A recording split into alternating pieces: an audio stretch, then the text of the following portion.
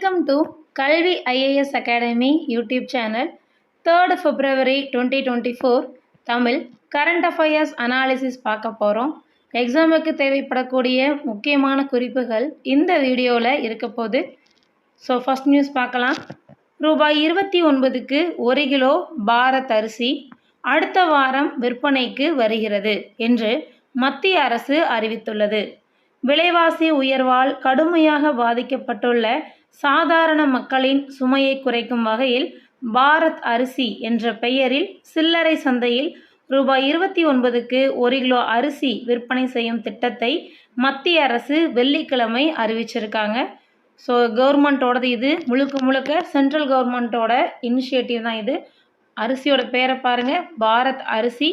இதே மாதிரி கவர்மெண்ட்டோட ஒரு சிமெண்ட் இருக்குது, வலிமை சிமெண்ட். பேருக்கு ஏற்ற மாதிரி ரொம்ப வலிமையான ஒரு சிமெண்ட் அது. இது எல்லாமே கவர்மெண்ட்டோட இனிஷியேட்டிவ்ஸ். ஓகே, கொஞ்சம் ஞாபகம் வச்சுக்கோங்க.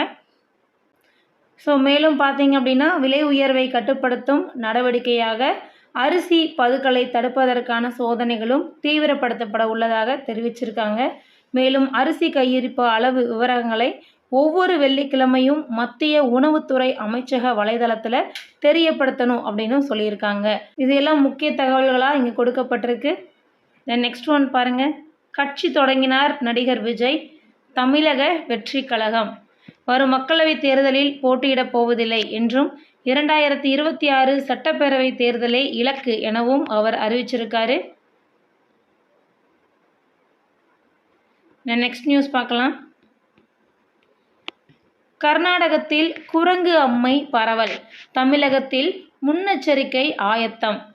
ஸோ பாருங்கள், இது ரொம்ப முக்கியமான ஒரு நியூஸு. ஒரு டிசீஸோட ஸ்ப்ரெட் பற்றி இங்கே கொடுத்துருக்காங்க, இதை தெரிஞ்சுக்கணும். குரங்கு அம்மை பாதிப்பு ஒருவர்கிட்ட இருந்து மற்றொருவருக்கு பரவுச்சு அப்படின்னா 7லேருந்து 14 நாளுக்குள்ளே தொற்று ஏற்படுறதுக்கான வாய்ப்பு இருக்குது. ஸோ இதோட சிம்டம்ஸ் பார்த்தீங்க அப்படின்னா காய்ச்சல் இருக்கும், தலைவலி இருக்கும், உடல் வலி இருக்கும், உடலில் தடிப்புகள் ஏற்படும்.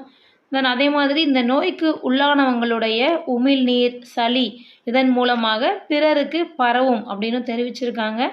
பாதிக்கப்பட்டவர்களை தனிமைப்படுத்துறது அவசியமானது. 21 பேருக்கு கர்நாடக பகுதியில் இந்த நோய் பாதிப்பு இருக்குன்னு சொல்லியிருக்காங்க. ஸோ இது குறித்து தமிழகத்தில் இந்த நோய் பற்றி எதுவுமே பதிவாகலை. ஸோ அதற்காக முன்னெச்சரிக்கை பற்றிய விஷயங்கள் ஏற்பாட்டில் இருக்குது. இந்த நெக்ஸ்ட் நியூஸ் பார்க்கலாம். தமிழகத்தில் ஒரு மாதத்தில் 32 பேர் உடல் உறுப்புகள் தானம் என்று அமைச்சர் மா சுப்பிரமணியன் அவர்கள் தெரிவிச்சிருக்கிறாங்க. தமிழகத்தில் கடந்த ஒரு மாதத்தில் மட்டுமே 32 பேருடைய உடல் உறுப்புகள் தானம் அளிக்கப்பட்டிருக்கு என்ற தகவல்கள் இங்கே கொடுக்கப்பட்டிருக்கு. அதே மாதிரி 2022ஆம் ஆண்டை காட்டிலும் கடந்த ஆண்டில் உடல் உறுப்பு தானம் செய்தவர்களுடைய எண்ணிக்கை 11.4% அதிகரிச்சிருக்கு என்றும் அவர் சொல்லியிருக்கிறாரு. இந்த நெக்ஸ்ட் நியூஸ். ஒசூர் ஜுவாலகிரி பகுதியில் 50 ஆண்டுகளுக்கு பிறகு புலிகள் நடமாட்டம் இருப்பது தெரிய வந்துள்ளது. காவேரி வடக்கு வனவிலங்கு சரணாலயத்தில் ஒசூர் வனக்கோட்டத்தில் இருக்கக்கூடிய ஜுவாலகிரி காப்பு காடுகள் சரக பகுதியில் 50 ஆண்டுகளுக்கு பிறகு 2 புலிகள் தென்பட்டிருக்கு. ஒசூர் ஜுவாலகிரி புலி அப்படிங்கிறது நம்மளுடைய நேஷ்னல் அனிமல் இல்லையா? ஸோ ஒரு காலத்தில் டைகரோட பாப்புலேஷன் குறைஞ்சிக்கிட்டே வந்துச்சு. அதை இம்ப்ரூவ் பண்ணணுன்றதுக்காக தான் டைகரை நம்மளுடைய நேஷ்னல் அனிமலாகவே வச்சுருப்பாங்க. வைல்ட் லைஃப் ப்ரொடெக்ஷன் ஆக்ட் 1972 போட்டுட்டு அதுக்கு அடுத்த வருஷமே டைகரை 1973 அறிவிச்சிருப்பாங்க. ஸோ இதெல்லாம் முக்கியமான விஷயங்கள், கூடுதல் தகவல்களாக ஞாபகம் வச்சுக்கோங்க. இந்த நெக்ஸ்ட் நியூஸ் பார்க்கலாம். மாணவர்களுக்கு காலணிகள், கல்வித்துறையுடைய முக்கிய அறிவிப்பு வெளியீடு. தமிழகத்தில் அரசு உதவி பெறக்கூடிய பள்ளிகளில் 1 முதல் 5ஆம் வகுப்பு வரை பயிலும் குழந்தைகளுக்கு காலணிகளும், 6 முதல் 10ஆம் வகுப்பு வரை படிக்கும் மாணவர்களுக்கு கைலேந்திகளும். கைலேந்திகள் மீன்ஸ் ஷூ அப்படின்னு அர்த்தம். ஸோ உங்களுக்கு நீங்கள் டிஎன்பிஎஸ்சி எக்ஸாம் ப்ரிப்பேர் பண்ணுறீங்க அப்படின்னா இந்த வார்த்தை ரொம்ப முக்கியமானது. ஷூ அப்படிங்கிறதுடைய தமிழ் சொல் கைலேந்தி. ஓகே, இதை கொஞ்சம் குறிப்பாக எடுத்து நோட் பண்ணி வச்சுக்கோங்க. கைலேந்திகள் இது எல்லாமே மாணவர்களுக்கு கொடுக்க போகிறதா சொல்லியிருக்காங்க. இந்த வார்த்தைக்காக தான் முக்கியமான இந்த நியூஸை இங்கே பார்க்குறோம். நான் அடுத்து ஒன்று பாருங்கள். ஜார்க்கண்டுடைய முதல்வராக சம்பயி சோரன் அவர்களுடைய பதவியேற்பு. இரு அமைச்சர்களும் பதவியேற்றதாக தகவல் கொடுக்கப்பட்டிருக்கு. ஸோ சம்பை சோரன் அப்படிங்கிறவர் ஜார்க்கண்டோட சிஎம். ஓகே, ஞாபகம் வச்சுக்கோங்க. இந்த நெக்ஸ்ட் நியூஸ் பார்க்கலாம். மாலத்தீவு விமான தளத்தில் இருக்கக்கூடிய இந்திய இராணுவ வீரர்கள் மாற்றம். மாலத்தீவில் உள்ள இந்திய இராணுவ வீரர்களை மார்ச் 15ஆம் தேதிக்குள் திரும்ப பெற வேண்டும் என்று இந்தியாவிடம் அந்நாட்டு அதிபர் முகமது மொயிஸ் கடந்த மாதம் வலியுறுத்தினார். ஸோ இது குறித்து தான் இந்த தகவல் இங்கே கொடுக்கப்பட்டிருக்கு. நெக்ஸ்ட் நியூஸ் பார்க்கலாம். அரபிக்கடலில் இந்திய கடற்படை கப்பல்களின் எண்ணிக்கை அதிகரிப்பு என்று மத்திய அரசு தகவல் தெரிவித்துள்ளது. சோமாலியாவின் கிழக்கு கடலோர பகுதிக்கு அப்பால் மத்திய அரபிக்கடலில் இந்திய கடற்படை தனது கப்பல்களின் எண்ணிக்கையை அதிகரித்துள்ளதாக மத்திய அரசு தெரிவித்துள்ளது.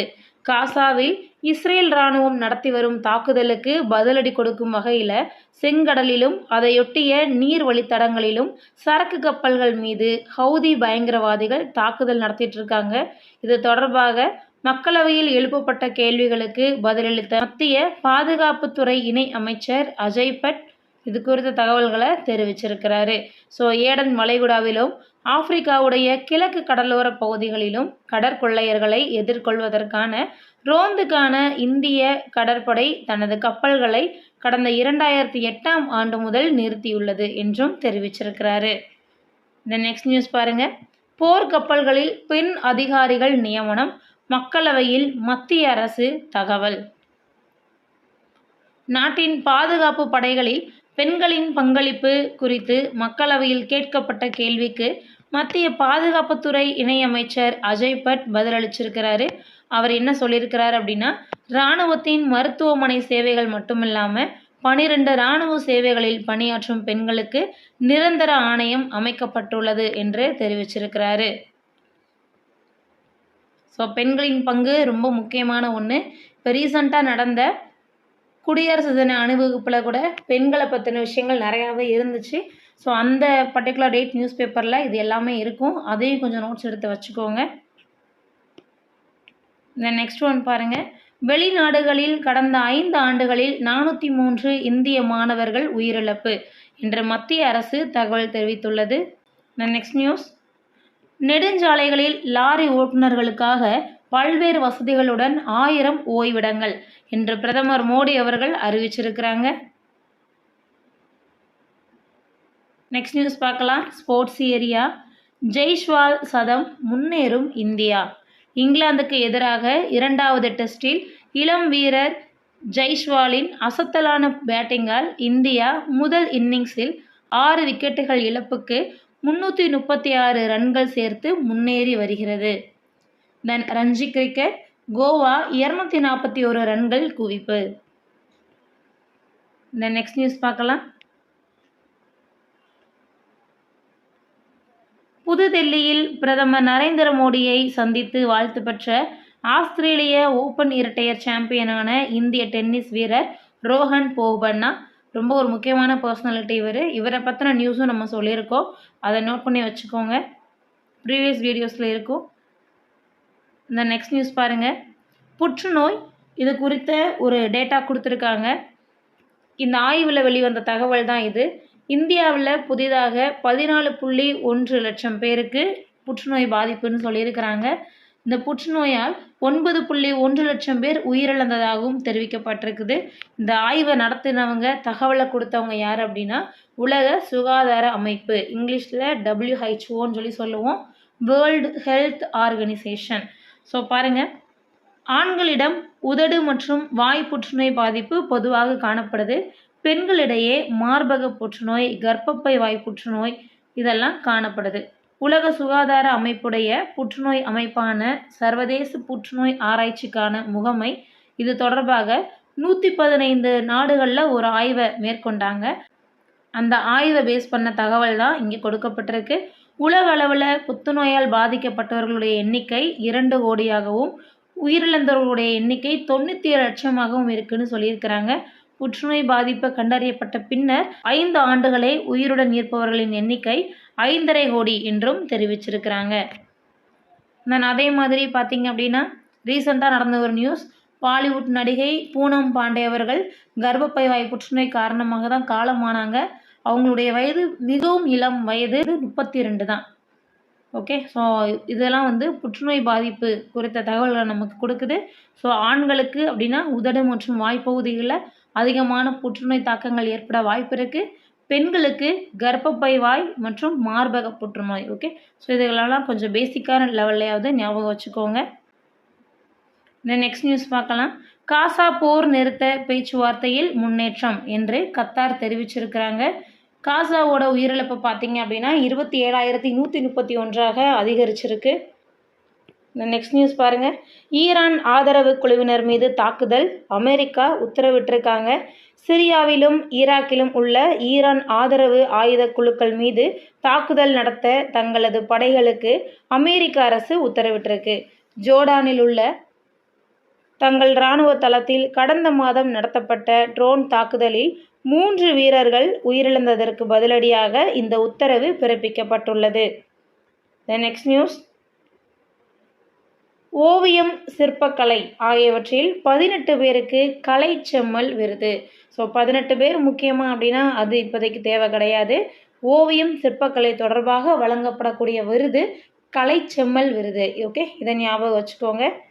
அதே மாதிரி நெக்ஸ்ட் நியூஸ் பாருங்கள். திருக்குறளால் மாணவர்கள் மனிதர்களாக வேண்டும் என்று குன்றக்குடி பொன்னம்பல அடிகளார் தெரிவிச்சிருக்கிறாங்க.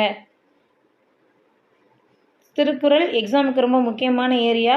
திருக்குறளில் இருக்கக்கூடிய இயல்கள், அதிகாரங்கள், பால்கள், தென் ரீசெண்டாக திருவள்ளுவருடைய சிலையில் நிறைய இனிஷியேட்டிவ் கொண்டு வந்தாங்க.